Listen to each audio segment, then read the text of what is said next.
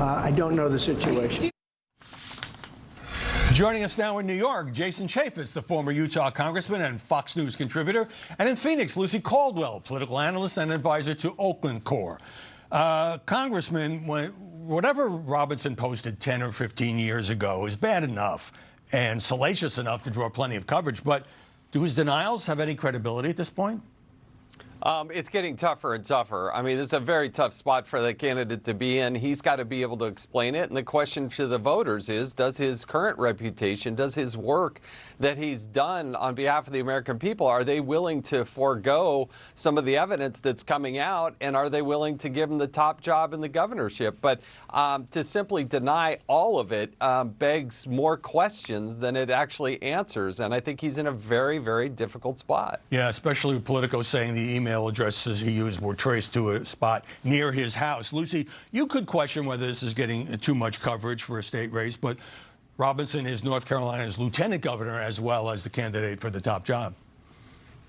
Yeah, North Carolina is a critical state. It is a gubernatorial race that is tightly watched. And in terms of whether or not the voters should give him another chance, look, it was enough for all of his campaign staff, all of his senior staff, virtually all of them, to resign. And he had to replace not only people on his campaign team, but also within the staff themselves in his official office as lieutenant governor. So that is at least an indication that the people closest to him also are saying, hey, this is just not an okay way to proceed.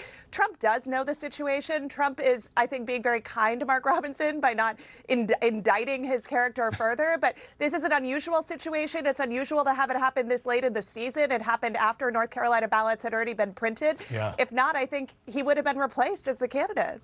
Jason, Donald Trump, as we all know, endorsed Mark Robinson, calling him Martin Luther King on steroids. And there's media chatter this could hurt the former president in North Carolina, where the Trump-Harris race is very tight. I don't think this has a spillover. I've never thought that endorsements meant much at these big races. When you're nobody trying to become somebody, I think endorsements matter. But I don't think this is going to affect. I think people look at Donald Trump or they look at Kamala Harris. They can make their own independent decision about whether or not they're going to support one candidate or the other. A spillover of a down ballot candidate. I do think that timing is a bit suspicious. You know, some of these things that come out when the ballots are already printed, really? Did it have to come out now? How long did they actually know about this story? That never really passes the basic sniff test. Yeah, well, there is the question of where it came from. Lucy, you saw Donald Trump walk away from a reporter, which he never does, rather than answer a question about his endorsement of Robinson.